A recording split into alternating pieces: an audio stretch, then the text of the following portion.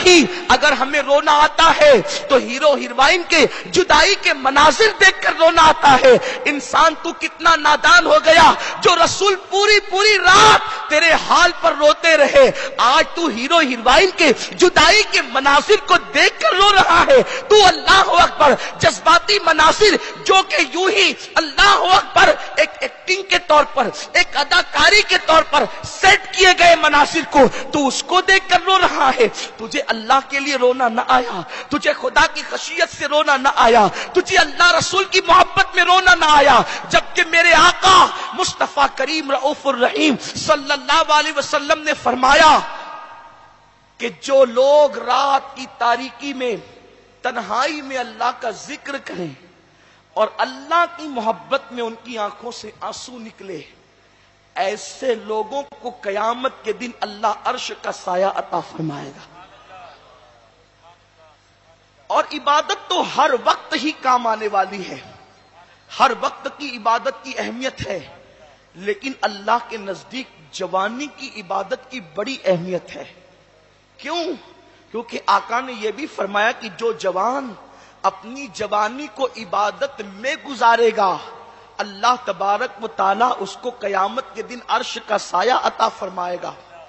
اور جوانی میں جو کثرت سے عبادت کرتے ہیں، جب بوڑھے ہو جاتے ہیں اور پھر وہ کثرت سے عبادت نہیں کر پاتے تو اللہ فرشتوں سے کہتا ہے کیا بات ہے، یہ بندہ پہلے تو بڑی عبادتیں کرتا تھا اور تم اس کی عبادت میرے پاس لاتے تھے، اب اس کی عبادت کم کیوں آ رہی ہے؟ تو فرشتے کہتے ہیں مولا وہ بوڑھا ہو گیا اور بوڑھا ہونے کی وجہ سے بیمار ہو گیا تو اب وہ عبادت اتنی نہیں کر پاتا۔ اللہ فرماتا ہے اگر وہ اتنی عبادت بڑھاپے اور بیماری کی وجہ سے نہیں کر پاتا ہے تو ایک کام کرو، وہ جوانی میں جتنی عبادت کرتا تھا ثواب اس کا اتنا ہی لکھو، کیونکہ جب طاقت تھی تو وہ اتنی زیادہ عبادت کرتا تھا، اب طاقت چونکہ ہم نے واپس لی ہے، اب وہ کمزور ہو گیا ہے تو کمزوری کی بنیاد پر اس کے ثواب میں کمی مت کرو، بلکہ جوانی کی عبادت کے برابر اس کی عبادت لکھی جائے۔ میرے آقا صلی اللہ علیہ وسلم کے پیارے دیوانوں، تو آقا کریم صلی اللہ علیہ وسلم اپنے انداز کے مطابق مدینہ منورہ کی گلیوں کا دورہ کرتے ہیں اور سرکار یہ دیکھتے ہیں کہ کون عبادت کر رہا ہے اور کون سو رہا ہے، کون رو رہا ہے، کون سو رہا ہے۔ ایک مرتبہ آقا اپنے معمول کے مطابق جو ہے ایک گلی سے گزرے تو کیا دیکھا، ایک بوڑھی عورت مصلی پر کھڑی ہے اور وہ قرآن مقدس کی نماز میں تلاوت کر رہی ہے اور وہ یہ آیت بار بار دہراتی ہے، حل اتاک حدیث الغاشیہ، حل اتاک حدیث الغاشیہ، یہ آیت مبارکہ بار بار پڑھتی ہے اور روتی ہے۔ اللہ اکبر، کیا دل دہلا دینے والی قیامت کی خبر تم تک ابھی تک نہیں پہنچی، تم کو ابھی تک نہیں پہنچی؟ وہ یہ بار بار پڑھتی جا رہی ہے، قیامت کے منظر سے روتی جا رہی ہے، قیامت کی ہولناکیوں سے روتی جا رہی ہے۔ ایسے عالم کے اندر حضور علیہ الصلوۃ والتسلیم اس بڑھیا کے پڑھنے میں اتنا درد تھا، اس بوڑھی عورت کے اندر اتنا سوز تھا کہ سرکار نے اپنے کان لگا دیے اور آقا کریم صلی اللہ علیہ وسلم جب وہ یہ آیت پڑھتی حل اتاک حدیث الغاشیہ، کہ ابھی تک قیامت کی خبر تم تک نہیں پہنچی، تو حضور روتے ہوئے جواب دیتے نعم اتانی، نعم اتانی، ہاں ہاں ہم تک یہ خبر پہنچ چکی ہے، ہم تک یہ خبر پہنچ چکی ہے۔ اور اللہ کے حبیب زاروں قطار روتے ہیں۔ صبح کے وقت جب صحابہ کرام سے ملاقات ہوتی ہے تو میرے سرکار فرماتے ہیں اگر زمین کے اوپر کسی جنتی وجود کو دیکھنا ہو تو اس بڑھیا کے وجود کو دیکھ لو جو اپنی رات کو اللہ کے خوف سے روتے گزار رہی تھی۔ میرے آقا صلی اللہ علیہ وسلم کے پیارے دیوانوں، اس دور کے بوڑھوں کے جذبات یہ تھے، آج کے دور کے جوانوں کے جذبات کہاں گئے؟ سارے جذبات گناہوں کی نظر کر دیے گئے، سارے جذبات گناہوں کے حوالے کر دیے گئے۔ وہ ماحول، وہ کیفیت، وہ کیف، صبح کے وقت تلاوت قرآن کا وہ منظر کہاں گیا؟ راتوں کے وقت رونے کا وہ منظر کہاں گیا؟ ٹھیک ہے، دن کو کاروبار کرنا ہے، دن کو کام دھام کرنا ہے، ہم پوری رات عبادت نہیں کر سکتے۔ حضرت عبداللہ ابن عمر سے کسی نے پوچھا کہ قیام رات بھر تو نہیں ہو سکتا، لیکن لوگ کتنی نماز پڑھیں تو ان کا شمار رات میں قیام کرنے والوں میں ہوگا؟ تو آپ فرماتے ہیں عشاء کی نماز کے بعد اگر کوئی 2 رکعت صرف نماز پڑھ لے نفل، نفل نماز پڑھ لے اور اس میں وہ پہلی رکعت میں سورہ اعلیٰ پڑھے اور دوسری رکعت میں سورہ زلزال پڑھے تو اللہ تبارک و تعالی اس کا شمار رات میں قیام کرنے والے یعنی رات میں عبادت کرنے والوں میں اس کا شمار فرمائے گا۔ آقا کریم صلی اللہ علیہ وسلم فرماتے ہیں قیامت کا دن ہوگا اور قیامت کے دن سب کی زبان پہ نفسی نفسی ہوگی، ایسے میں 3 قسم کے لوگ ہوں گے جن کو اللہ مشک کے ٹیلے پہ بٹھائے گا۔ مشک کے بنے ہوئے پہاڑ ہوں گے، مشکی پہاڑ۔ مشک کو آپ کیا کہتے ہیں؟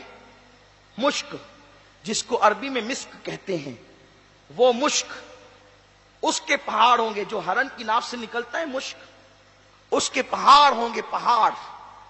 اور اس مشک کے پہاڑ پر 3 قسم کے لوگوں کو بٹھایا جائے گا، اور قیامت کا وہ منظر ہما ہمی، وہ قیامت کی ہنگامہ آرائی، وہ قیامت کی لرزہ خیزی سے ان کا کوئی تعلق نہیں ہوگا۔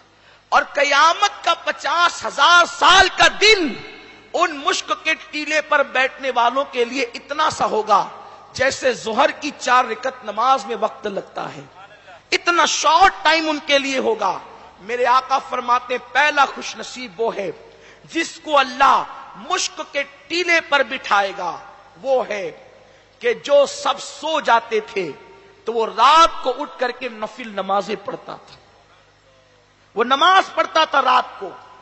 اور یاد رکھیں آج لوگ کہتے ہیں کہ حالات بدل گئے اور حالات بدل رہے ہیں، بڑے بڑے مفکرین کہتے ہیں حالات بدل گئے، پہلے جیسا وقت نہ رہا، اب لوگوں کی تلواریں مسلم جوانوں کا انتظار کر رہی ہیں، اور واٹس ایپ پر، سوشل میڈیا پر ملک شام کے مناظر، یمن کے مناظر، عراق کے مناظر، داعش جو کچھ بھی کر رہا ہے اس کے سارے مناظر چھوٹی چھوٹی کلپ کی شکل میں آپ کے پاس آتی ہے، دیکھنے بھی دل نہیں چاہتا، دل لرز جاتا ہے۔ کیسے اب تو گولیوں سے بھی مسلمانوں کو نہیں مارتے کہ گولی قیمتی ہے، مسلمان کی جان اتنی قیمتی نہیں، اب تو مسلمانوں کو بکروں کی طرح چھری سے ذبح کرتے ہیں۔ یہ حال ہے، کیوں؟ جب تک راتوں کو رونے والے مسلمان زندہ رہے اللہ نے دنیا کے غم میں مسلمانوں کو کبھی رونے نہ دیا۔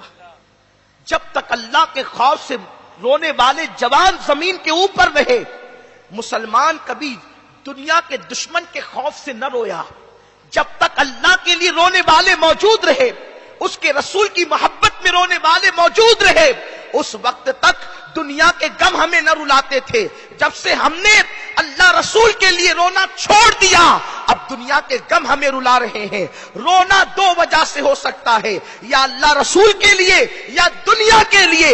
جو اللہ رسول کے لیے روتے ہیں اللہ ان کو دنیا کے لیے نہیں رلاتا، اور جو دنیا کے لیے روتے ہیں اللہ رسول کے رونے سے محروم کر دیے جاتے ہیں۔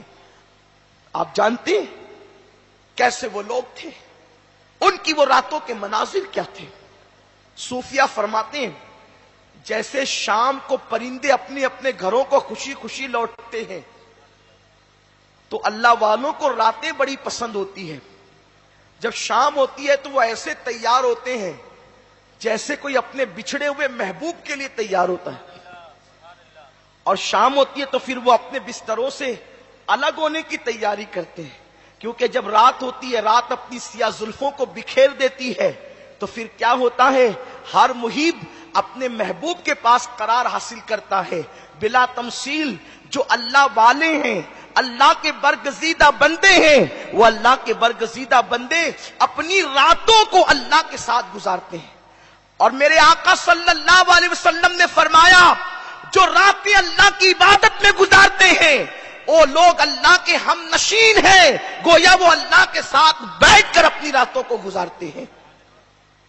اتنی بڑی سعادت ہے، بلکہ میرے آقا تو فرماتے ہیں جو رات کو عبادت کرے دن میں اللہ اس کا چہرہ نور سے منور کر دیتا ہے، دن میں اس کے چہرے کو اللہ چمکا دیتا ہے، دن میں اللہ اس کے چہرے پہ رونق عطا کرتا ہے، اور اس بندے کا چہرہ یوں ہو جاتا ہے کہ اس کو دیکھو تو خدا یاد آ جائے۔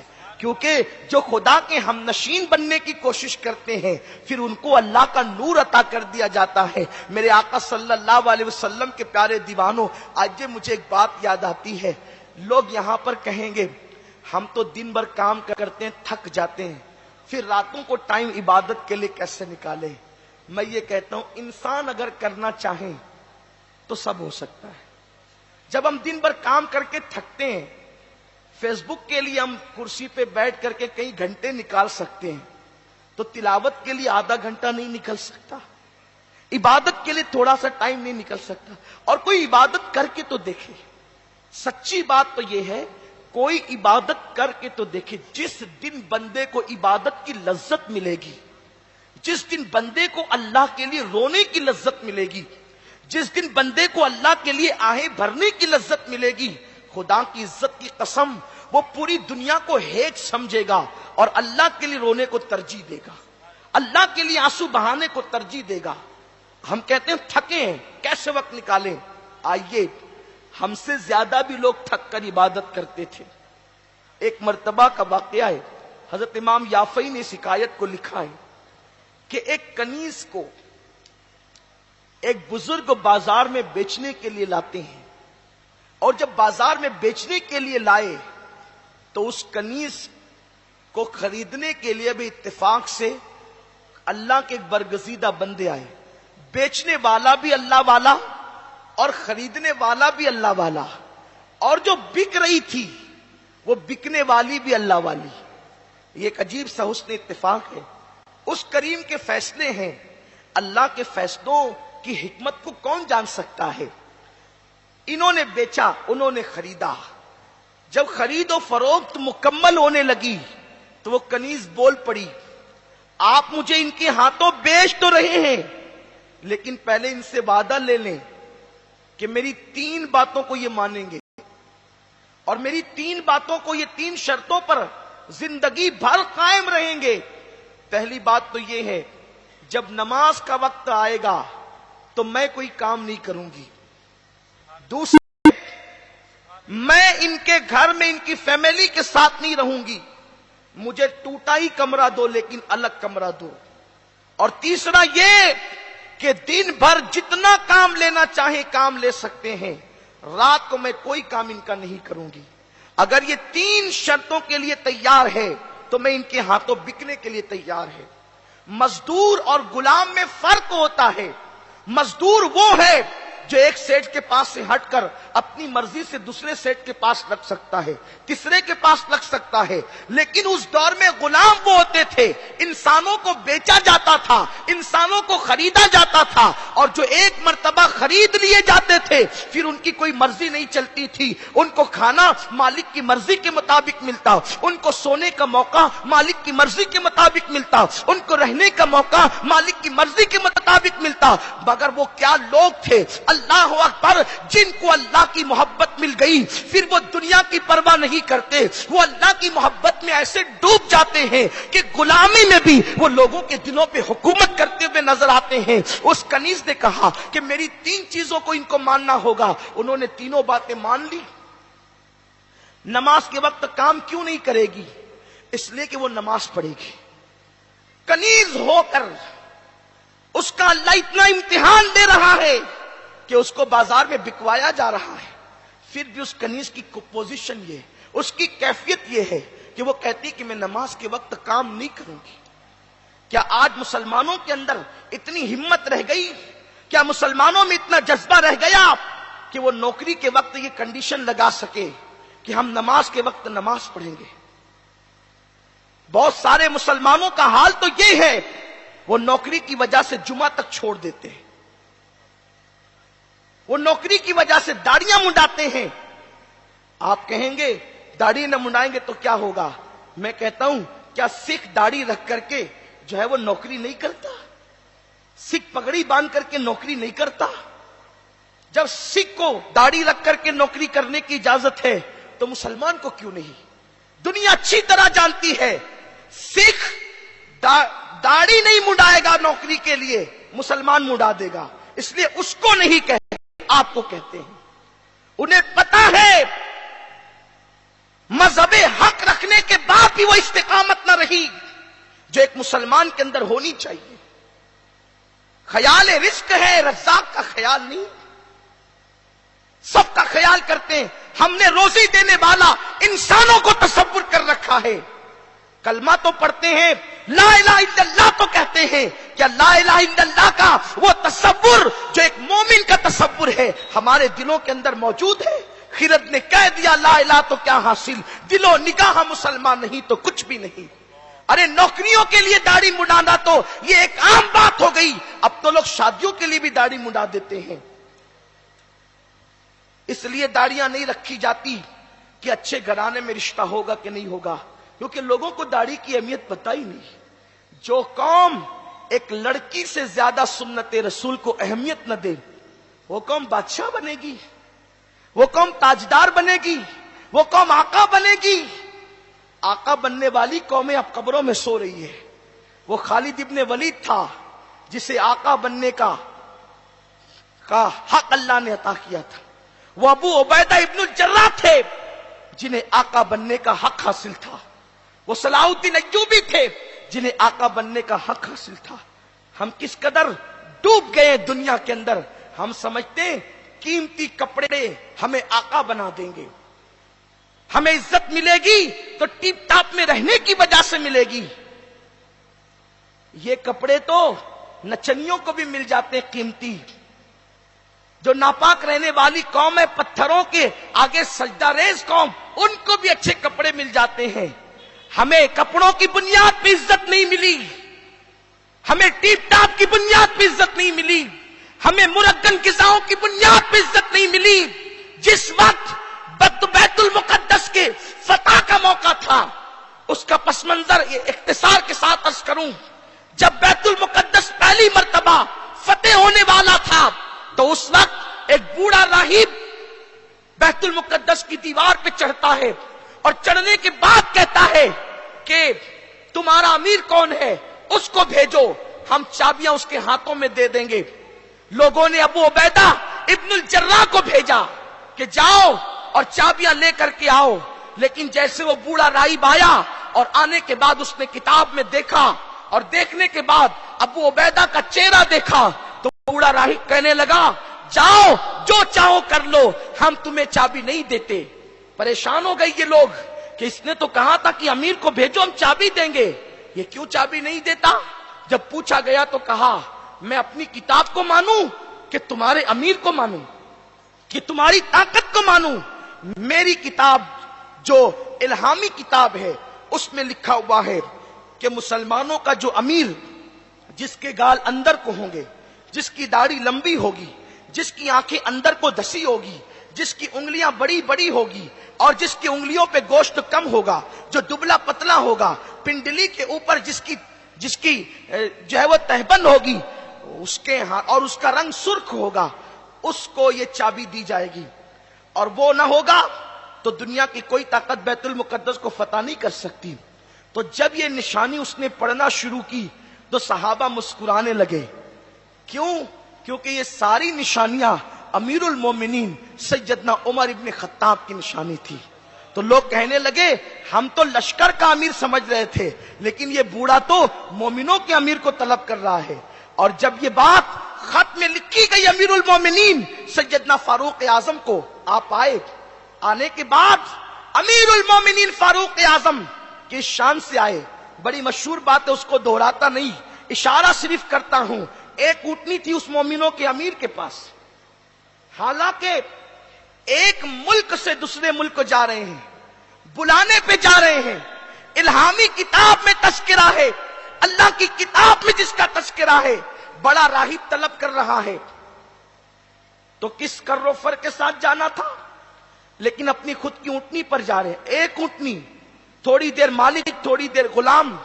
اور جب بیت المقدس قریب آیا تو غلام بیٹھا ہوا ہے.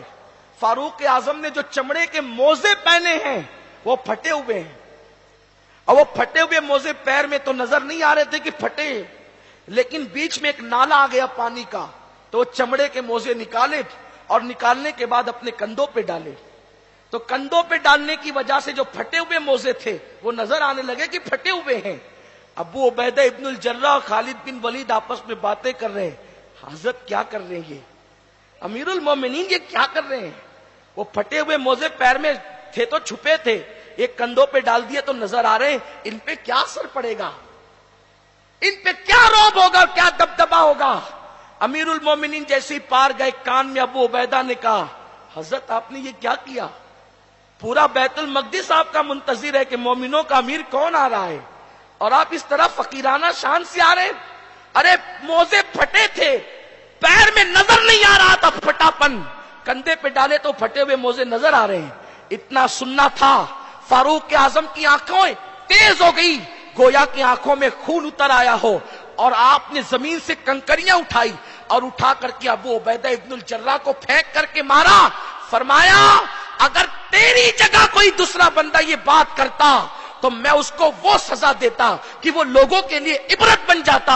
ابھی رسول اللہ کو پردہ فرمانے چند سال بھی نہیں بیتے، تم لوگ دنیا دار ہو گئے۔ کیا سمجھتے ہو کہ موزوں کا حسن عزت دیتا ہے، یا کپڑوں کا حسن عزت دیتا ہے، یا سرخ ہونٹوں کا کر و فر عزت دیتا ہے؟ سن لو، ہم ذلیل قوم تھے، ذلیل، ہم اونٹ چرانے والے تھے، ہم بکریاں چرانے والے تھے۔ حال یہ تھا کہ ہم 3 اونٹوں کو بھی ایک قطار میں کھڑے رکھنے کی طاقت نہیں رکھتے تھے، لیکن جب سے اللہ نے اپنا دین عطا کیا، دامن مصطفیٰ عطا کیا، اللہ نے ہمیں عزت عطا کر دی۔ ہمیں موزے اور کپڑوں نے عزت نہیں دیے، ہمیں مصطفیٰ کی غلامی نے عزت عطا کی ہے، ہمیں اللہ کے دین نے عزت عطا کی ہے۔ جب تک دین پر رہو گے، عزت دار رہو گے، دین سے دور ہو جاؤ گے، ذلیل کر دیے جاؤ گے۔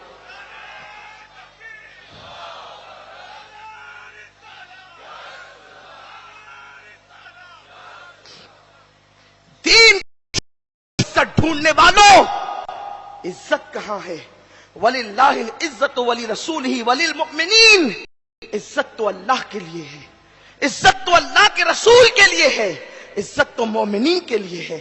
لیکن حیرت ہو گئی، حد ہو گئی، نوکریوں کے لیے داڑیاں چھوٹ رہی ہے، نماز چھوڑنا کوئی خاص بات نہیں مسلمانوں کے لیے، نماز چھوڑنا کوئی خاص بات نہیں مسلمانوں کے لیے، نماز چھوڑنا تو ایک بات ہے، جبکہ اللہ کے حبیب نے فرمایا من ترک الصلاۃ متعمدا فقد کفر، جس نے ایک وقت کی نماز جان بوجھ کے چھوڑ دی وہ کافر ہو گیا۔ حدیث کا جو ہے وہ لغوی اور لفظی معنی یہی ہے، حالانکہ پھر اس کی ترجمانی میں تاویلاً ہم یہ کہتے ہیں احناف کہ جس نے ایک وقت کی نماز چھوڑ دی وہ کفر کی حد تک پہنچ گیا، لیکن یہ ہم کہتے ہیں حضور علیہ السلام کی حدیث کا لفظی معنی یہی ہے متعمدن فقد کفر، وہ کافر ہو گیا۔ اسی لیے غوث الاعظم دستگیر جو حنبلی المسلک ہیں ان کا فتویٰ یہی ہے کہ جو ایک وقت کی نماز جان بوجھ کر چھوڑے وہ کافر ہو گیا۔ اب آپ مجھے بتائیں، ہم کہتے ہیں کہ فلاں مفتی صاحب نے فلاں پہ کفر کا فتویٰ لگایا اس لیے ہم اس کو مسلمان نہیں مانیں گے، جس پر غوث پاک نے کفر کا فتویٰ لگایا اس کے بارے میں کیا؟ میں یہ نہیں کہتا آپ کو کہ اس لوگوں کو کافر مانتے چلے جاؤ یا کافر، یہ نہیں کہتا، لیکن سوچو تو اگر فیصلہ قیامت میں غوث پاک کے فتوے کے مطابق کیا گیا تو ہمارا شمار کس میں ہوگا؟ آپ مجھے بتائیں ہمارا شمار کن لوگوں میں ہوگا؟ بستر پہ سو کر نمازیں ترک کرنے والے، نرم گدوں پہ نمازیں چھوڑنے والے۔ میں اپنی گفتگو سمیٹ لوں، اس عورت نے کہا کہ نماز کے وقت میں کوئی کام نہیں کروں گی، یعنی وہ نماز پڑھے گی، اور اکیلی رہوں گی، ان کی فیملی کے ساتھ نہیں رہوں گی، یعنی الگ رہنا ہے، اور دن کو کام کروں گی، رات کو کوئی کام نہیں کروں گی۔ اور وہ عورت جب رات ہوتی تو اپنے حجرے میں اللہ کی عبادت میں مصروف ہو جاتی، دن کو اپنے مالک کی خدمت کرتی اور رات کو مصلی پر اللہ کی عبادت، اور جب عبادت کرتی تو روتے ہوئے کہتی میرے اللہ میرے 2 مالک ہو گئے، ایک حقیقی تو اور ایک مجازی وہ۔ اگر وہ مجازی مالک کی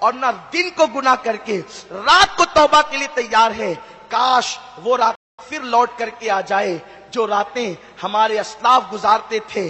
غوث پاک روزانہ ہر رات 1000 رکعت نماز پڑھتے تھے۔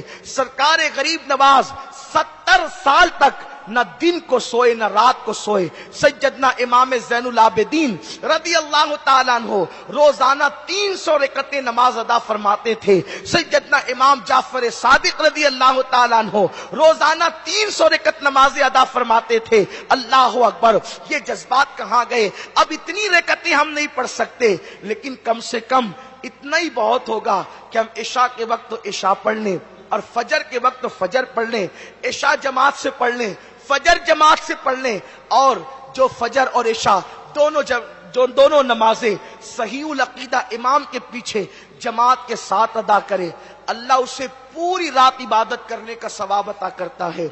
جاتے جاتے اتنا کہہ دوں، اگر آپ برا مانے تو، اور اگر برا مانے تو آپ کی مرضی، صحیح العقیدہ کی قید اس لیے لگائی ہے کہ ابو داؤد شریف کی حدیث ہے کہ جس امام نے کعبے کی طرف منہ کر کے تھوک دیا، سرکار نے فرمایا اس کے پیچھے نماز نہیں ہوگی۔ کیوں؟ جو کعبے کا ادب نہ جانے وہ بدبخت اس کعبے کے مسلمانوں کا امام بنے۔ کعبہ کیا ہے؟ کعبہ کیا ہے؟ کعبے کی شان ہے مصطفیٰ جان رحمت کے قدموں کے صدقے۔ تو جو کعبے کا ادب نہ جانے، کعبے کی طرف منہ کر کے تھوکے، اس کے پیچھے نماز نہیں ہوتی۔ تو جو رسول اللہ کا بے ادب ہو، اس بدبخت کے پیچھے کیسے نماز ہوگی؟ آپ کہیں گے کیا کچھ ایسے بھی لوگ ہیں زمین پر جو نبی کے بے ادب ہیں؟ ہم کہتے ہیں ہاں ہے، اور چند اشارے دے کر کے اپنی گفتگو ختم کروں کہ جو لوگ نبی کے بے ادب ہیں وہ اپنی تقریروں میں کہتے ہیں نبی ہماری طرح انسان ہے، ہماری طرح بشر ہیں، وہ بے ادب ہیں، ان کے پیچھے نماز نہیں۔ آپ کہیں گے کیوں؟ کیا نبی ہماری طرح بشر نہیں؟ نبی بشر تو ہیں، ہماری طرح نہیں۔ اور نبی کو توہین کی نیت سے یا لوگوں کی نظروں سے نبی کی عظمت کو گھٹانے کے لیے بشر کہنا، یہ مومنوں کا نہیں بلکہ کافروں کا طریقہ ہے۔ اور علماء کی موجودگی میں عرض کروں، پورے چیلنج کے ساتھ قرآن میں ایک آیت کوئی نہیں بتا سکتا کہ اللہ نے نبی کو بشر کہنے کا حکم دیا۔ 6666 آیتیں ہیں، ایک بھی آیت قرآن کی ایسی نہیں بتا سکتے جس میں اللہ نے نبی کو بشر کہنے کا حکم دیا۔ لیکن قرآن میں درجنوں آیتیں ایسی ہیں کہ کافروں نے نبی کو بشر کہا۔ تو پتا چلا نبی کو بشر کہنا ان کی شان گھٹانے کے لیے کافروں کا طریقہ ہے، مومنوں کا طریقہ نہیں ہے۔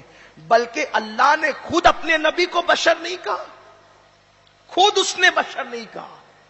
جہاں بشرین نبی پاک کی بشریت جہاں بیان ہوئی ہے اس کے ساتھ کل جوڑ دیا گیا ہے، اللہ نے خود نہیں کہا۔ ارے جب اس نے خود نہیں کہا تو کیا نبی بشر نہیں ہوتا؟ بالکل ہوتا ہے، لیکن ہر حقیقت ہر جگہ بولنے والی نہیں ہوتی۔ اگر کچھ باتیں حقیقت کہیں بول دو تو کفر ہو جاتا ہے۔ مثال کے طور پر ایک بات آپ کو سمجھاؤں، ماموں کسے کہتے ہیں آپ جانتے ہیں؟ ماموں کسے کہتے ہیں آپ کو پتا ہے؟ بولو بھائی، میں کوئی بہت بڑا فقہ کا مسئلہ تھوڑی پوچھ رہا ہوں کہ اس میں حنفیوں کا جواب الگ ہوگا، شافعیوں کا الگ ہوگا، سنیوں کا الگ ہوگا، شیعوں کا الگ ہوگا، دیوبندیوں کا الگ ہوگا۔ میں کوئی ایسا مسئلہ تھوڑی پوچھ رہا ہوں، میں تو اتنا پوچھا ہوں ماموں کسے کہتے ہیں؟ ماں کے بھائی کو، اور باپ کے بولے ارے ڈرتے کیوں ہو؟ باپ کے سالے کو، ٹھیک ہے نا؟ ماں کا بھائی ماموں ہوتا ہے اور باپ کا سالا ماموں ہوتا ہے، لیکن جب ہم باپ کے سالے کو اور ماں کے بھائی کو کہتے ہیں تو کیا کہتے ہیں؟ ماموں جان کہتے ہیں۔ یہی شریف بھانجوں کا طریقہ ہے نا؟ اگر کوئی کہے اے میرے باپ کے سالے، ہنسنے کی بات نہیں، یہ حق ہے یا باطل ہے؟ حق ہے۔ باپ کا سالہ کہنا، بولو یہ حق نہیں ہے تو اور کیا ہے؟ لیکن اگر آپ مجمع میں باپ کے ماموں کو کہے میرے باپ کے سالے، کتنا بھی بڑا مولوی ہو، کتنے ہی بڑے مدرسے کا فارغ ہو، لوگ کہیں گے 8 سال کیا تو گھاس اکاڑتا رہا، تو نے ادب نہیں سیکھا؟ ماموں کو کہتے ہیں باپ کا سالہ، وہ پوچھے غلط کیا ہے؟ کہا غلط کیا ہے نہیں، کچھ ادب کے تقاضے ہوتے ہیں، یہ باپ کا سالہ ضرور ہے، تجھے باپ کا سالہ کہنے کا حق نہیں، تو سن لے نبی بشر ضرور ہوتا ہے لیکن تجھے بشر کہنے کا حق نہیں، اس لیے کہ اگر تو نے عظمت گھٹانے کے لیے بشر کہا تو تیرے ایمان کا جنازہ نکل جائے گا۔